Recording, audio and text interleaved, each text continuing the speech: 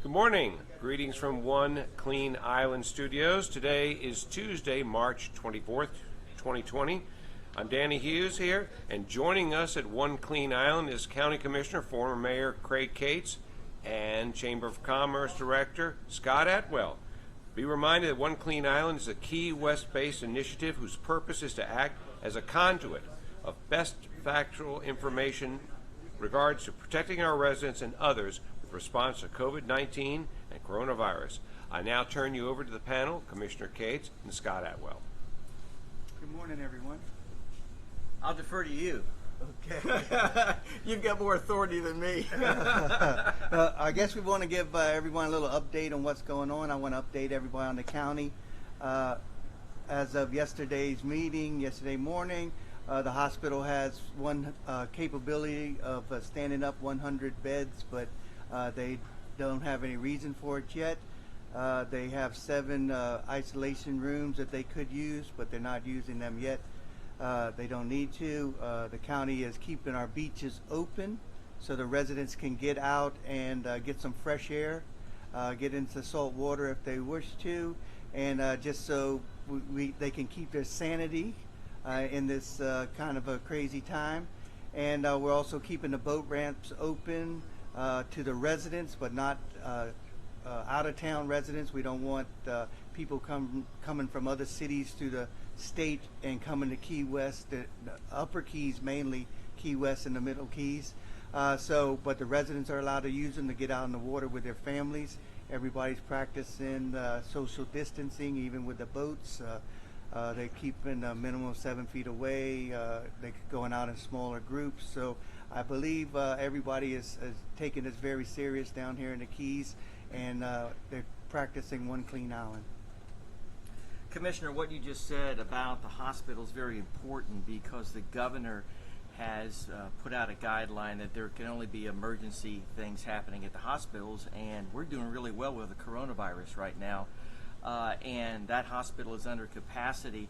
One of the concerns in the medical community at a time like this is people are concerned about getting out and going and visiting their doctor, and they may have some underlying health issues that they don't address during this period of time, and it can get more serious. So I would caution all of our citizens of Key West to be mindful if they have health issues that need to be addressed, and let's go ahead and address them and don't get them to a critical point in time because you're concerned about the coronavirus. A couple things happening in the business community. Clearly people have been laid off because of the restaurants closing, the bars closing, the hotels closing. A lot of people are still able to employ their workers, which is great. It's one of the most pleasing things is to go around town and see all these paintbrushes out front, roofs getting repaired at hotels. This maintenance that's been deferred is being taken care of right now, and that's great to see. My hope is that the period of time that our workers are off is going to be shorter than longer, but the truth of the matter is April 1st is coming up and our businesses have rent due.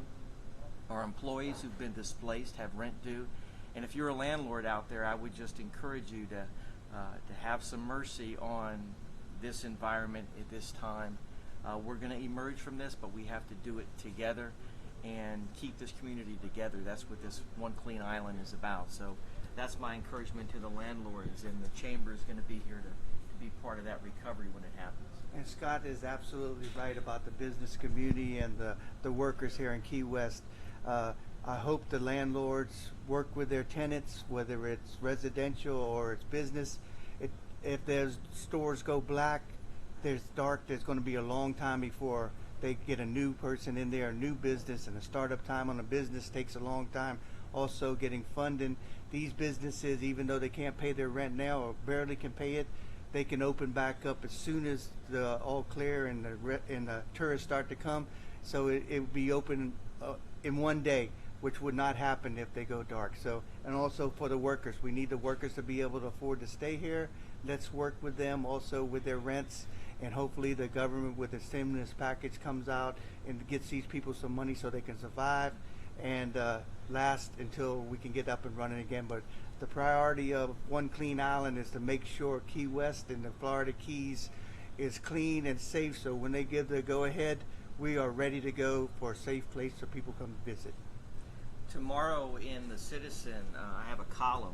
Richard Tamburino has been kind enough to allow the Chamber a place in the Citizen once a month for a column. And Commissioner, I tell the story of 1971 when the Navy pulled out of this town and my dad lost his job. And one of the options was that they said, we'll give you a job in Guantanamo Bay, Cuba. Now, I was 10 years old. I was not interested in moving to Cuba at 10 years old. And fortunately, he got a job at Sears, right? But we were that close to having to leave, you know, and a lot of people did. 17% of Key West's population left after the Navy left. We don't want that to happen because of this. That's why we all need to work together. Absolutely, that's a good point. A couple of updates for you. The hospital ship Mercy has departed San Diego and heading to Los Angeles to act as support for the health system there. There are 800 medical personnel on from the Navy. One note of interest, the Mercy is going to act as a hospital ship for normal patients, trying to clear the hospitals out so that people with COVID-19 can get the actual help they need.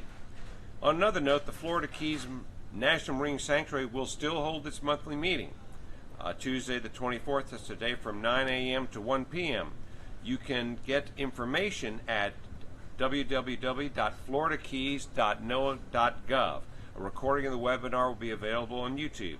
Monroe County is continuing to keep its county-owned parks and beaches open. They think people need some fresh air and some exercise. They still are strongly suggesting groups of 10 or less and maintaining social distancing. They will be patrolled by authorities to make sure this happens. The Florida Keys recorded a second coronavirus case on Monday. There's a 54-year-old Key West woman who recently traveled to France. Health officials saying all indications are the infection was acquired from that travel to France. The victim is isolated at her home, expected to make a full recovery.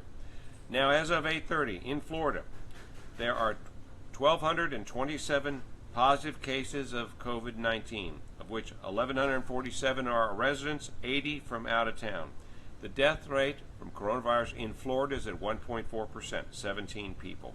They're monitoring another 1,237. In the USA, again, update 8:30, there's 46,450 cases, 593 deaths, 1.3%.